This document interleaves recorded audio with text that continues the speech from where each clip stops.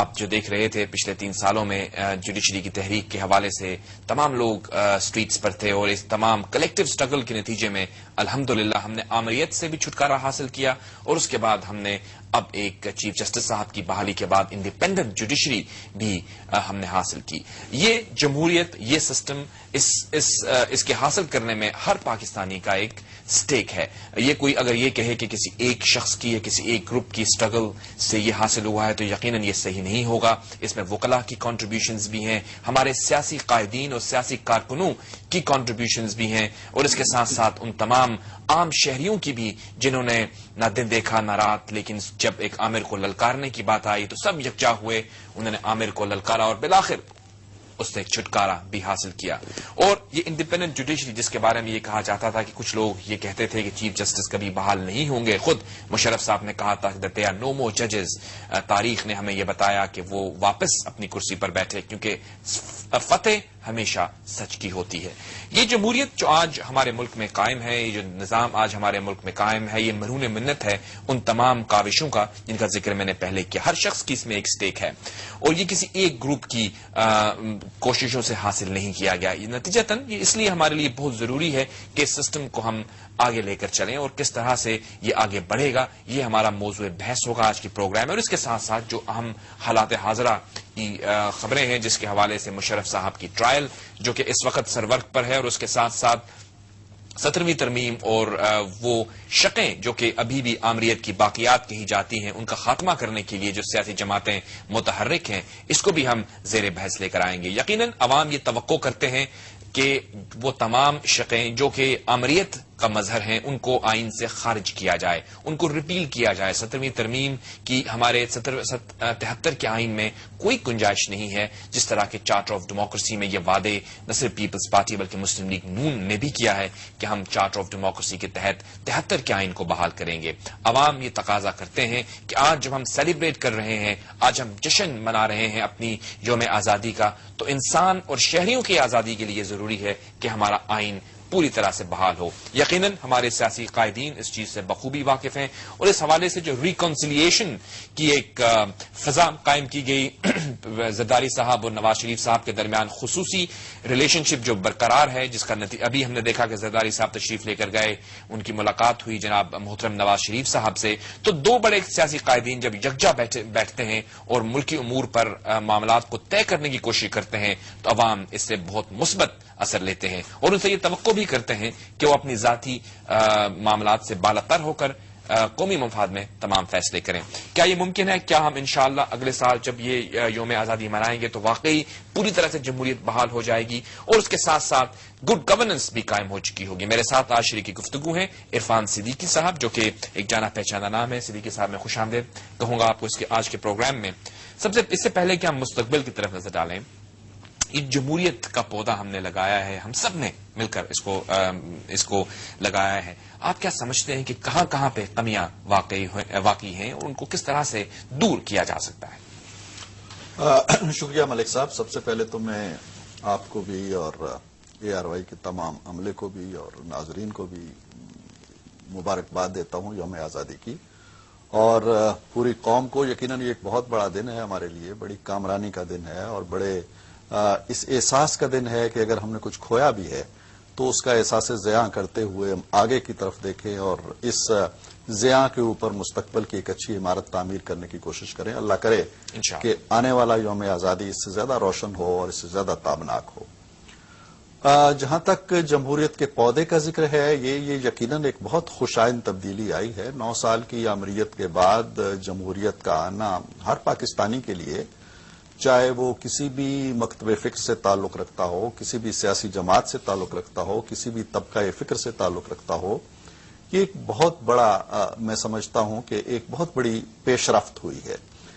لیکن ماضی کی طرف جب ہم دیکھتے ہیں، اور میں اکثر کہا کرتا ہوں ایک جملہ کہ ہمارے 62 سال کی تاریخ میں سے 33 سال جو ہیں، more than half of the period, یہ 4 ڈکٹیٹر ہمارے کھا گئے، ہڑپ کر گئے. اور یہ 4 ڈکٹیٹر نہ صرف جمہوری ادوار کو کھا گئے بلکہ ہمارے اس کھیتی کے اندر، پاکستان کی کھیتی کے اندر اتنے مسائل بو گئے، کانٹوں کی ایسی ایسی فصلیں بو گئیں کہ جب بھی ایک طویل آمریت کے بعد جمہوریت طلوع ہوتی ہے تو وہ ان کانٹے چننے میں لگ جاتی ہے. آپ دیکھیے ذوالفقار علی بھٹو صاحب کو اسی کیفیت کا سامنا کرنا پڑا 1971 میں جب پاکستان ٹوٹتا ہے. اس کے بعد جمہوریت آتی ہے 13 سالہ امریت کے بعد، تو نہ ہمارے پاس آئین ہوتا ہے، نہ ہمارے پاس آگے بڑھنے کا کوئی روڈ میپ ہوتا ہے. ہمارے قیدی 1 لاکھ پڑے ہوتے ہیں انڈیا کی جیلوں کے اندر. تو وہ ایک دور پھر چلا. اس ساری تگ و دو کو ہم آگے بڑھانے کے لیے، آئین سازی کرنے کے لیے ایک نئے سرے سے محنت کرنا پڑی. مشکلوں سے ہم چھٹکارا حاصل کرنے میں پھنس جاتے ہیں. پھر ضیاء صاحب کا 11 سالہ دور آ گیا. اس کے بعد یہ اتفاق کی بات ہے کہ جب یکشا خان صاحب کی اور ایوب خان کی آمریت ختم ہوئی تو اس کے امیڈیٹلی بعد بھی پیپلز پارٹی کی گورنمنٹ بنی. ذوالفقار علی بھٹو صاحب آ گئے. جب ضیاء صاحب کی آمریت ختم ہوئی تو بھی پیپلز پارٹی کی حکومت بنی، محترمہ آ گئی. جی. اور جب مشرف صاحب کی آمریت ختم ہوئی تو بھی پیپلز پارٹی کو حکومت بھی. یہ ایک عجیب اتفاق کہہ لیجیے آپ. لیکن میں تھوڑا سا اس میں مایوسی کا اظہار ضرور کروں گا کہ جس تیز رفتاری کے ساتھ ہمیں آگے چلنا چاہیے تھا اور جو اسپرٹ پیدا ہو چکی تھی، یہ محترمہ کو بھی نصیب نہیں ہوئی، یہ ذوالفقار علی بھٹو کو بھی نصیب نہیں ہوئی. اتنی شاندار تحریک جو 18 فروری کے انتخابات سے پہلے بھی چلتی رہی اور بعد میں بھی چلتی رہی، یہ صرف ججوں کی بحالی کی تحریک نہیں تھی، یہ آمریت کے خلاف تحریک تھی. جیسا کہ آپ نے خود کہا، یہ جمہوریت کی بقا کے لیے، جمہوریت کے احیا کے لیے تحریک تھی. یہ آئین کی بالادستی کی تحریک تھی، یہ قانون کی بالادستی کی تحریک تھی.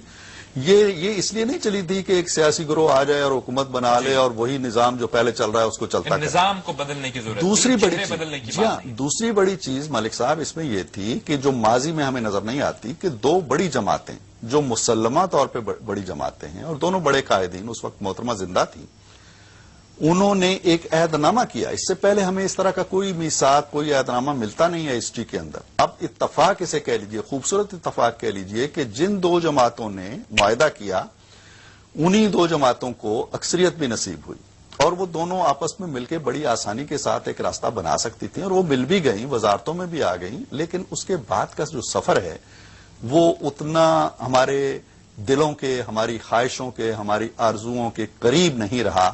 اور آج اس جمہوریت، ان تمام مراحل جن کا ذکر آپ نے کیا، یقیناً تاریخ کو آپ نے ایک سمندر کو کوزے میں بند کرنے کی کوشش کی، 62 سالہ تاریخ. آج ہم جہاں پہ کھڑے ہیں، ایک طرف تو ہم یہ دیکھ رہے ہیں کہ ان تمام ٹربولنس جن کا ذکر آپ کرتے ہیں گزرنے کے بعد ابھی بھی ایک ورکنگ ریلیشن شپ موجود ہے پیپلز پارٹی اور مسلم لیگ نون، جو کہ 2 بڑی جماعتیں ہیں. ابھی حال ہی میں ملاقات بھی ہوئی 2 قائدین کی اور اب کمیٹیاں خیر بن رہی ہیں، لیکن مسلم لیگ نون جو ہے وہ تحریک لے کر آ رہی ہے جو اب پارلیمنٹ کے سامنے ہے. اور سب سے بڑی بات 73 کے آئین کی بحالی ہے.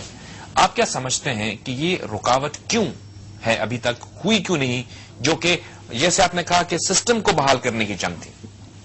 جاوید صاحب، میں اگر آپ اجازت دیں تو میں یہ کہوں گا کہ یہ جو ماحول بنا ہے اس کے پیچھے بھی میثاق جمہوریت کی اسپرٹ کار فرما ہے.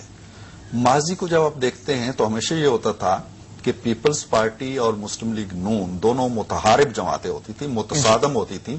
ایک کی حکومت بنتی تھی اور دوسرا یہ نعرہ لے کے آ جاتی تھی جی کہ یہ بے نظیر اور پاکستان ایک ساتھ نہیں چل سکتے.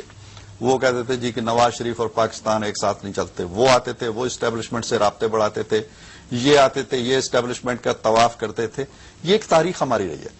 بڑی مثبت اور تعمیری تبدیلی آئی. اور جب آزادی کے اچھے کاموں کی طرف ہم جاتے ہیں اور آزادی کی جو مثبت تبدیلیاں آئی ہیں ان کی طرف جاتے ہیں تو یہ بڑی اچھی تبدیلی آئی ہے کہ اپوزیشن وہ اپوزیشن نہیں ہے جو روایتی ہوا کرتی تھی. اور کسی حد تک میں یہ بھی کہوں گا کہ حکومت بھی وہ حکومت نہیں ہے جو ہماری روایتی ہوتی تھی. انتقامی کارروائیوں میں لگ جاتے تھے، پکڑو جکڑو مارو، یہ کرو، یہ مقدمے بناؤ. ایسا نہیں ہو رہا. جی. اور اپوزیشن بھی تعاون کر رہی ہے، جو اچھے کام ہیں ان میں تعاون کر رہی ہے اور جو برے کام ہیں ان کی نشاندہی کر رہی ہے. بلکہ اتنے دھیمے سروں میں نشاندہی کر رہی ہے کہ کبھی کبھی تو یہ ہوتا ہے کہ یہ فرینڈلی اپوزیشن بن گئی، لیکن یہ فرینڈلی اپوزیشن کی بات نہیں ہے. میں سمجھتا ہوں کہ یہ نواز شریف کی فکری بلوغت ہے، وہ جس دور سے گزر کے آئے ہیں، اور یہ موجودہ حکومت کو بھی احساس ہے اس چیز کا کہ تصادم کی جو ہے راہیں چلی جاتی ہیں پھر آمریت کے گھر کی طرف، تو وہ اس کو ایوائڈ کر رہے ہیں. لیکن جو سوال آپ نے کیا اس کا اگر بہت مختصر سا جواب مجھ سے چاہتے ہیں آپ، تو یہ ہے کہ پیپلز پارٹی کے بیاف پہ اس پولیٹیکل ول کا فقدان ہے